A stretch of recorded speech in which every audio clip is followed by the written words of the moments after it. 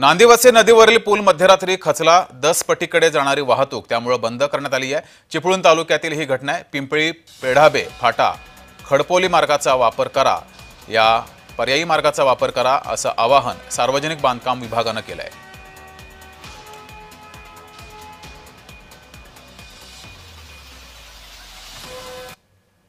गेल्या 15-20 दिवसापूर्वी पालकमंत्री उदयजी सामंत साहेब ज्यावेळी चिपळूण दौऱ्यावरती होते त्यावेळी त्यांना आम्ही ही वस्तुस्थिती निदर्शनास आणून दिली होती अधिकाऱ्यांच्या समवेत। त्यावेळी त्यांनी तात्काळ या पुलाच्या बाबतीतला निधी मंजूर करून पुढची कारवाई करण्याचे आदेश संबंधित विभागाला दिले होते। ती कार्यवाही सुरू असतानाच ही घटना घडलेली आहे। सुदैवाने याच्यामध्ये कुठली जीवितहानी जरी झालेली नसली तरी अशा पद्धतीच्या घटनांच्या बाबतीत शासन बेजबाबदार असं दिसतं। हा प्रत्येकाचा प्रश्न आहे आणि पक्षांतर केल्यामुळे फार मोठी विकासात्मक क्रांती 2-4 दिवसात झाली असं काही मला चिपळूणमध्ये दिसत नाही। पुढे पक्ष प्रवेश झाल्यानंतर पूल कोसळलाय, त्याच्यामुळे मला असं वाटतं की हा धोक्याचा इशारा आहे। परंतु ठीक आहे, पूल जरी कोसळला असला तरी तो बांधून द्यायला शिवसेना सक्षम आहे आणि म्हणूनच त्यासाठी 50 कोटी रुपये मंजूर केलेले आहेत। तर इथला आढावा घेतलाय आमचे प्रतिनिधी रवींद्र कोकाटे यांनी, पाहूयात। चिपळूण कराड मार्गावरचा नांदिवसे आणि दसपटीला जोडणारा हा जो 50 वर्षापूर्वीचा जुना पूल आहे तो मध्यरात्री कोसळलेला आपल्याला पाहायला मिळतोय। या पुलावरती रहदारी रोजच असते, कारण या पुलाच्या पलीकडे जवळपास 10 ते 15 गावांचा या पुलावरून रहदारीचा मार्ग आहे एकमेव। आता सध्या आपण बघितली तर स्थिती ही आहे की हा जो ब्रिज आहे हा पूर्णतः कोलॅप्स झालेला आहे।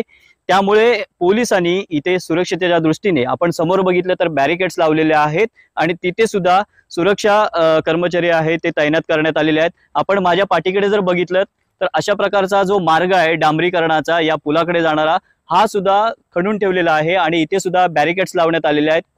कोणालाही या पुलाजवळ जाऊन देत नाही आहेत। आपण जर बघितलं तर 50 वर्षापूर्वीचा हा जुना पूल आहे। ड्रोनच्या माध्यमातून ही दृश्य आपल्याला ह्या पुलाची दाखवतोय।